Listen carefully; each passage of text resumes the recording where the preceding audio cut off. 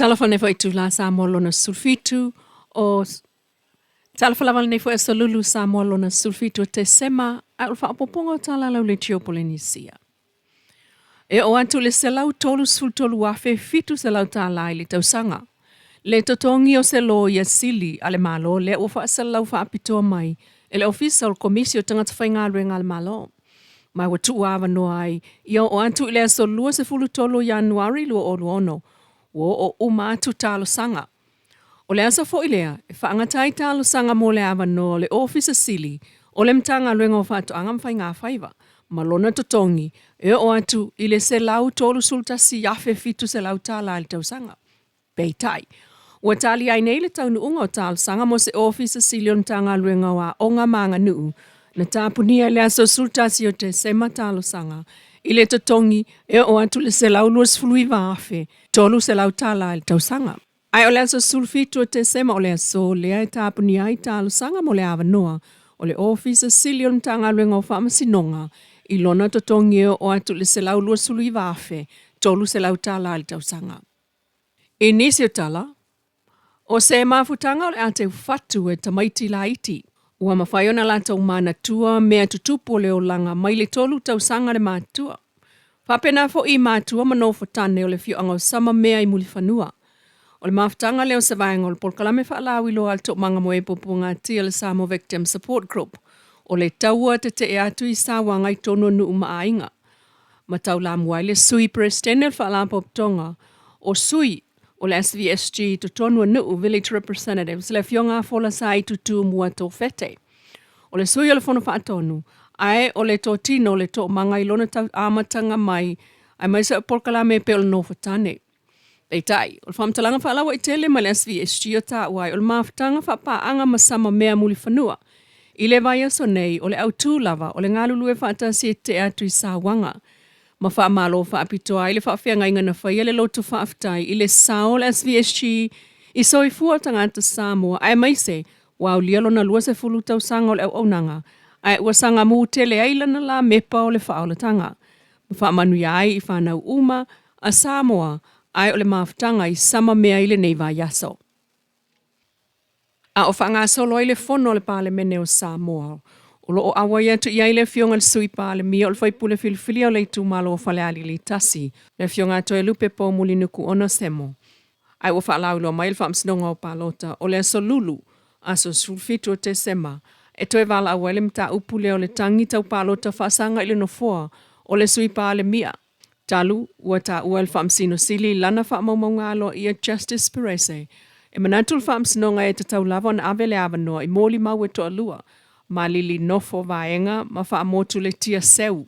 O moli maui e lua ua iai fo ia la whaamtalanga whaamawina, mai o leo o mai o le to alua lea il whaamsinonga, o le a tele sona sao ile ngā lue ngā whaamsinonga, wha atasiai ma le moli maua le panga alema, mai ua umafoi, o na samania moli maui e o mai il whaamsinonga i le so sulfito te sema.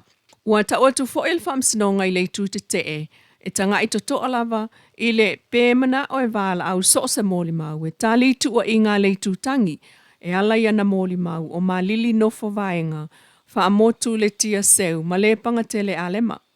O wha amawina fo el whaamsinonga ele i aise nau nau ta inga i le lo i a leitu tangi e to e wala au nisia na moli mau. Mai sa le ai fo i se manao o le lo i a to e lupe e fesilingia Mr. Alema. Mai le i manao fo i e wala au nisi moli mau. Ele iai fo se talo sanga mai le lo ia au mai wha amalo sia i tonu ni moli mau. E wha awau le mata upu e pei ona mana o mia le whaamsinonga. Ma mai tau inai le wha amuta e le itu tangi o lana tangi. Ma wha apena ai fo i ona le aini moli mau na wala aua le itu te te. Pei tai. Ua tau nu umai ai le mata upu i le so e manatu le whaamsinonga e ta tau lava ona avele awanoa i moli mau o ta ua ilunga. O le ze fulu le tai au le so e to e wala awai tau o le manga o le nofoa o whale ali li tasi i le palemene. E nisi o tala, e to e whaawau mai ai i le tai au le sol whaatala no ino le tulafono tau whaofi, o te unga o aia inga SSL i le ave seo tu usau noanga o la fonga mō company whaavao ma lolua o lua lima. O le mana onga o le tulafono te wewa ese whainga whaapitoa tau la fonga, o tu ina atu i company whaavao ma lo, o le stala i le pulenga o tupe whaavao ma lo a Samoa, Ma mata upu e so ta iai. Whaatatau le awa ese o Samoa mai le lisi le uni e Europa. Lea e au fia ia tunu ue le langolango ina mata upu tau la fonga. O le sini o le tu la fono tau whaofi. O le awa ese leo le tu sa unoa ina o la fonga. Sa tu ina atu i whaala po tonga whaavao malo. E ono tu la ima iai ia afianga i lalo le tu la fono la ititi o ami o ngā pulea le uni e Europa. Mai ono, aia inga ua whaatulanga mai mō le nei mata upu. E pei o le mua le ngō pupu mo le amatanga, lua, teu wina le tulafono company whaavao malo ta siva valu, lona tolu wa teu wina le tulafono insure whaavao malo, wha wa teu wina le tulafono teu unga whaavao malo lua o lima, lima wa teu wina le tulafono company whaavao malo, mose whaamoe ngā whaaptua lua o ta silua. Ono, aia inga tau solo inga maya inga whaasaoina, male whaamoe amata ile aso mua Januari lua o lua valu. Na mawalunga whaaloa longa a le tu malo ainga i le taimo le palemene mtai o le malo Samoan nafi. E ala i leo o po whaaloa longa a le tu malo i le amana i atolo lato whaipule. I le tofinga mawalunga o le fonga whetalai o le mauta palemene o Samoa. O le whaaloa le fionga au apa au muli pola alo i te fua malo na i tu malo e au fiai. Ta inga sua i ona whaatinonga maasani ai. O ta isi o siapo i e tonga mpase se tupe. Ma whaatofu siai mai lava i le sunga le whaafengainga o le fionga i le au malu le malo tu tasi o Samoa. Ma whaasolo i whai le fionga le pāle mia ma le kāpeneta ai o whaipule o le maota. Ma whaafitai ai le pāle mene le ma au o le tu malo a inga i le tai.